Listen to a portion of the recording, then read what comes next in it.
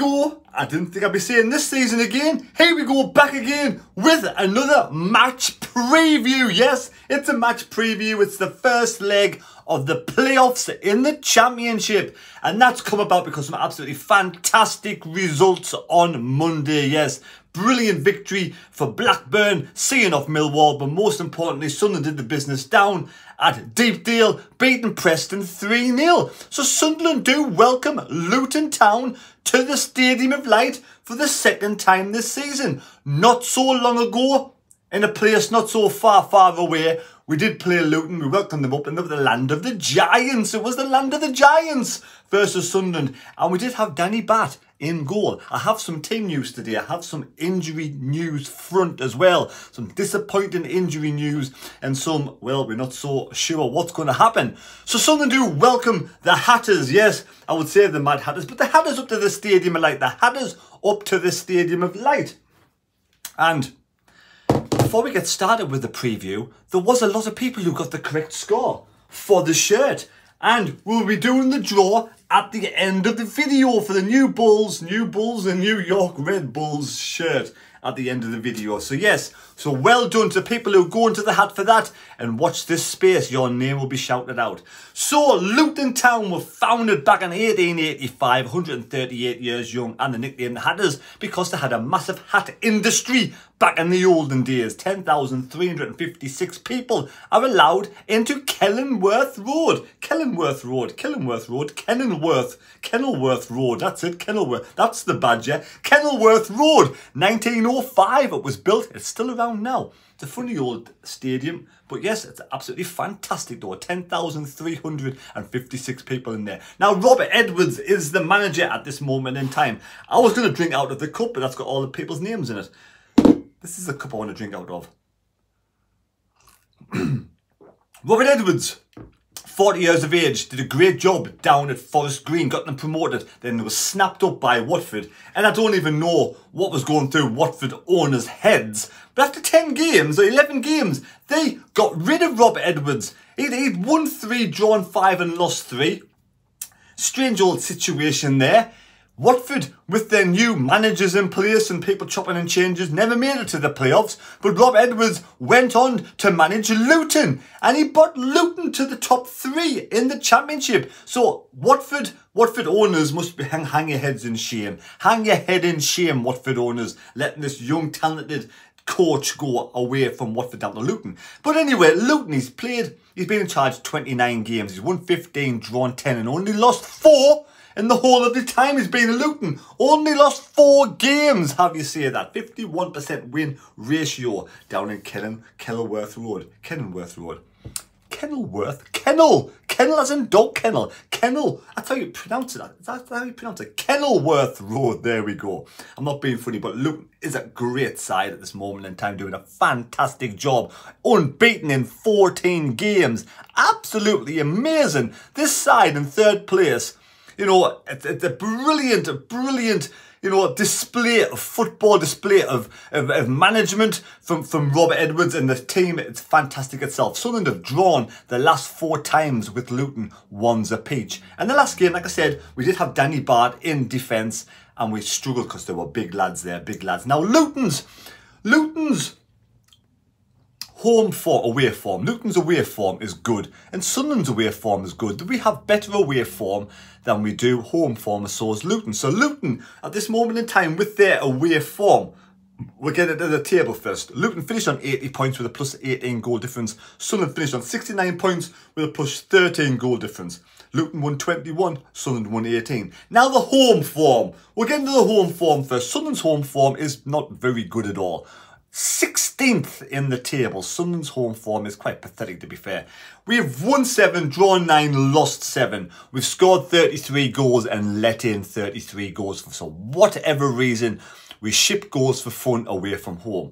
And we only got 30 points in all those home fixtures. And losing 7 at home and drawn. You know, games like Hull 4-4. You know, Coventry at the start of the season. QPR were 2-0 up. 2-0 up at half time against Burnley. You know, lots of points we've thrown away to boot with other games. Bristol City comes to mind, last minute penalty, of injury time penalty.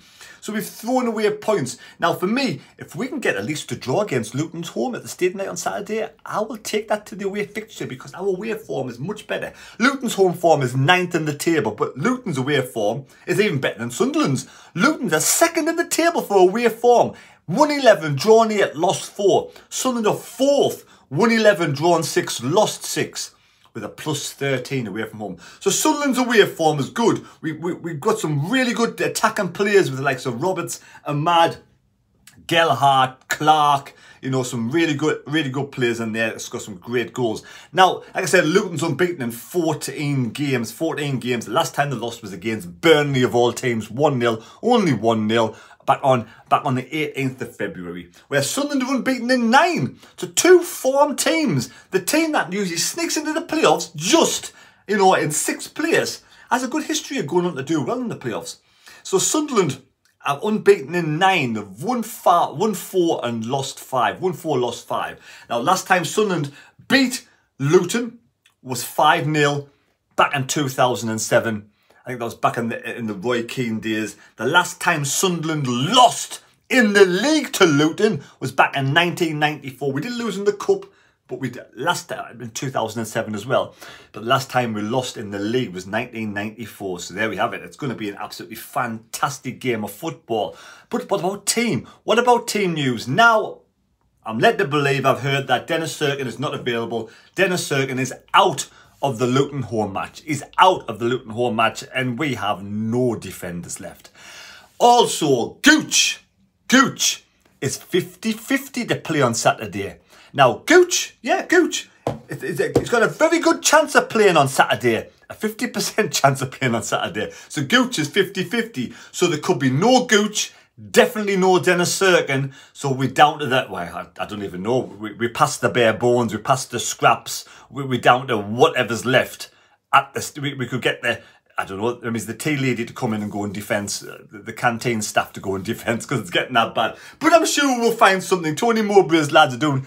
Let's face it. Regardless what happens in the playoffs, regardless, it has been a good season, a really good season. I've enjoyed the full season and well done to Tony Mowbray. He's done an amazing job since you come to Sunderland under extreme pressure with injuries, and well done to the lads. Everybody who's been in that team this season, you can take your hats off, you can buy yourself a pint and enjoy it because you deserve it. You absolutely deserve what you've done so far. Now, I know you're wondering, as you always do, why is Luton called Luton? You're sitting there at home and you cannot wait. I know you're sitting there at home and you're waiting for this. Now, this is the reason. Now, this is something else anyway. Luton is recorded in the Doomsday Book as Luton and is also Linton, which is the town's population was over 700, 800 back in the day. Now, the Saxons invented Luton. Luton began with the Saxons. Conquered Bedfordshire in the 6th century. They created a farm settlement called a tun by the River Lee. That's the reason why. There we go. Now, Luton's famous for making hats. We also know that. The town is for many years was famous for hat making. Was also home to a large Vauxhall Motors factory. The head office to Vauxhall Motors situated in the town, and that was the plant began in 1905 and continued until 2002. So there we have it. That's why. Now, I said before, Luton was founded in the 6th century during the reign of the Saxons, and they were dominant over the River Lee. So the historians, historians love a bit of Luton. Luton's been around for a long time. So there we have it. So we're going to go on to the team now. Onto the team. We'll get the old scores on the doors. Now, we've got a few different scenarios. We'll talk through this together. We're going through this together.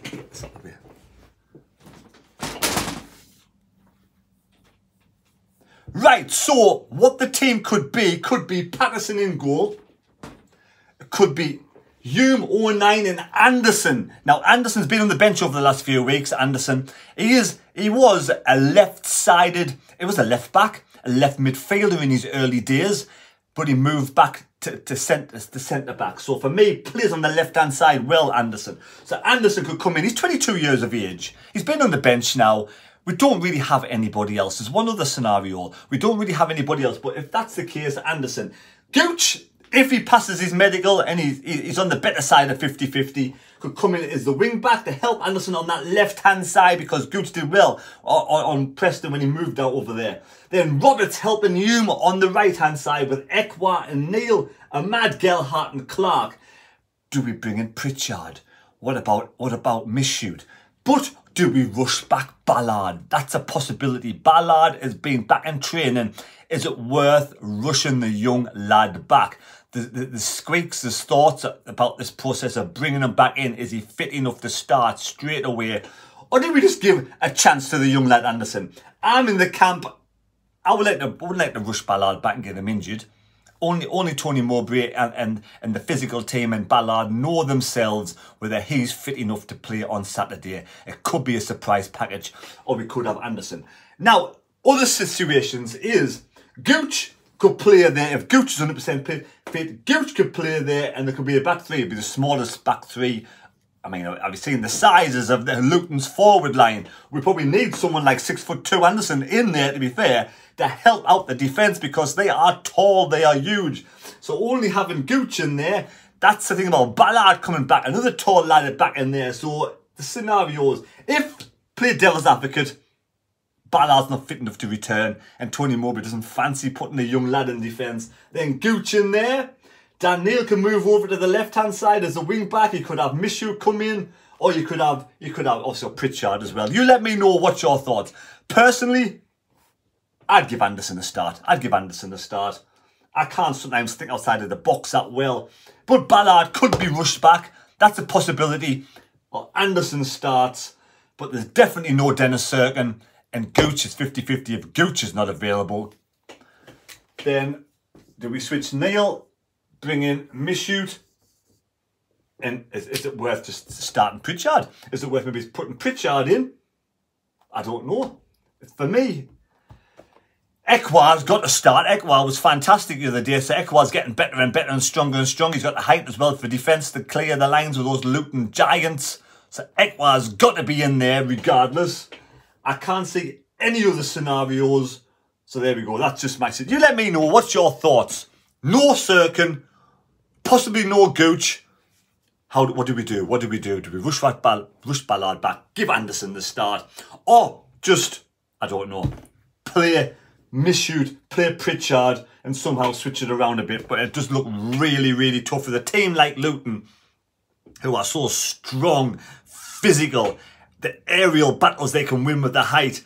It doesn't look great. It doesn't. But I'm hoping, you know, we've got momentum behind us, we've got the confidence behind us, and we can really go in and push. I think just to get a draw on Saturday would be great, because away from home, we could do the business down the Kellenworth Road, Luton. Right, so people who are in the team today, people who are in the cup today for the shirt, in the cup for the shirt. But again, let me know your score predictions down below, because there's 2 more shirts up for grabs, and I'll tell you that at the end of the video. So people are in the shirt, in the cup for shirt. Susan Beaumont, well done. Michael MM, Ian B, Sean Pritchard, Gary Postel. He was close, he got 2 out of 3 goal scorers. Dan Swills was close, 2 out of 3 goal scorers. Dan Wilkes, Wiz Vid, Maddie Harrison, Eddie Mensforth, Keaton Nicholson, 2 out of 3 goal scorers, and Alan Snails all go into the cup. Let's hope Alan, last one out. Let's go for it. Who's going to win the shirt? It is the Red Bull, beautiful shirt from LU Soccer. LU Soccer. Let's move this around. Here we go, diving in. I've got a name. It's coming out. It is Ian B. Ian B is the winner of the Red Bulls large New York shirt. Ian, message me on this video and get in contact, and there's the rest of the names. Well, I'll just pick one out so you know no cheating goes on whatsoever. Here's another name here. Second person out the hat would have been Sean Pritchard. So if Ian B doesn't want the shirt, we know Sean will get it next. So there we go. Well done, yous. Now, leave your score predictions down below in the comment section. Yes, in the comment section to win either the small away Sunderland shirt or a large Mad Mistake t-shirt. a large Mad Mistake t-shirt. You can wear this at a fancy dress party. If you want to look like Dracula, I have no idea what you want to do with a large black Mad Mistake t-shirt, but you can win either one of those for the Luton game. Leave your score predictions down below. All scores, correct scores, will go in the hat. If you get the correct Sunderland goal scorers, by the way, and you're the only person to do it, you will trump the correct goals predictions, and you'll go on and just win the shirt. Just win the shirt and have a choice of one of those two shirts. So there we go. Thanks for watching this video. But before we do that, one more bit of news. Let's talk about Dan Neil. Let's talk about Dan Neil. Dan Neil has picked up. Dan Neil has been named this season's community champion by the PFA. Absolutely fantastic accolade. PFA in recognition for his ongoing support for the Foundation of Light. Brilliant from the young lad through and through, being the club in the stands, watching Sunderland as a kid come through the ranks. He's been absolutely fantastic. So the PFA Champion Award aims to raise awareness of the work that footballers do to help the club's community activities during the season. Midfielder Neil has been involved in a number of events organised by SAFC, official charity including football holiday courses, questions, answers, sessions, supporting health and well-being programmes, and back in the small changes for big difference fundraising campaign. Dan said, "I am delighted to receive this award. It means a lot coming from the region. I know how much the club means to the supporters, and it's great to give something back to the community. The Foundation of Light do some incredible work, and it's great to be a part of that." So well done, Dan Neil. That is absolutely fantastic. What a human being, showing great maturity, helping out brilliant causes. So well done, Dan Neil. And also, happy birthday, Anthony Patterson. I think he's 23 today. Right, leave your score predictions down below in the comment section. Please subscribe. Take care. God bless me. God go with you. Let me know what team do you start, because we haven't got much really down to the bare bones. And we'll see you later. Me, God go with you. Saturday. Before I have some team, any kind of news comes out before I do another video, otherwise Saturday for this playoff match. And who do you think will be playing in the final if we make it? Touch wood we do. See you later.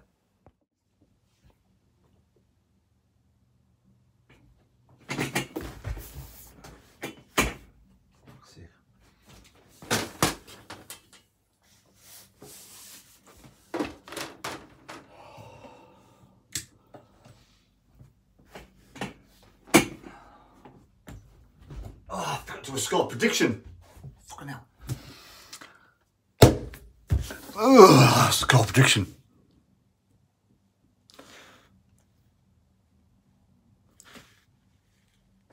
1-1.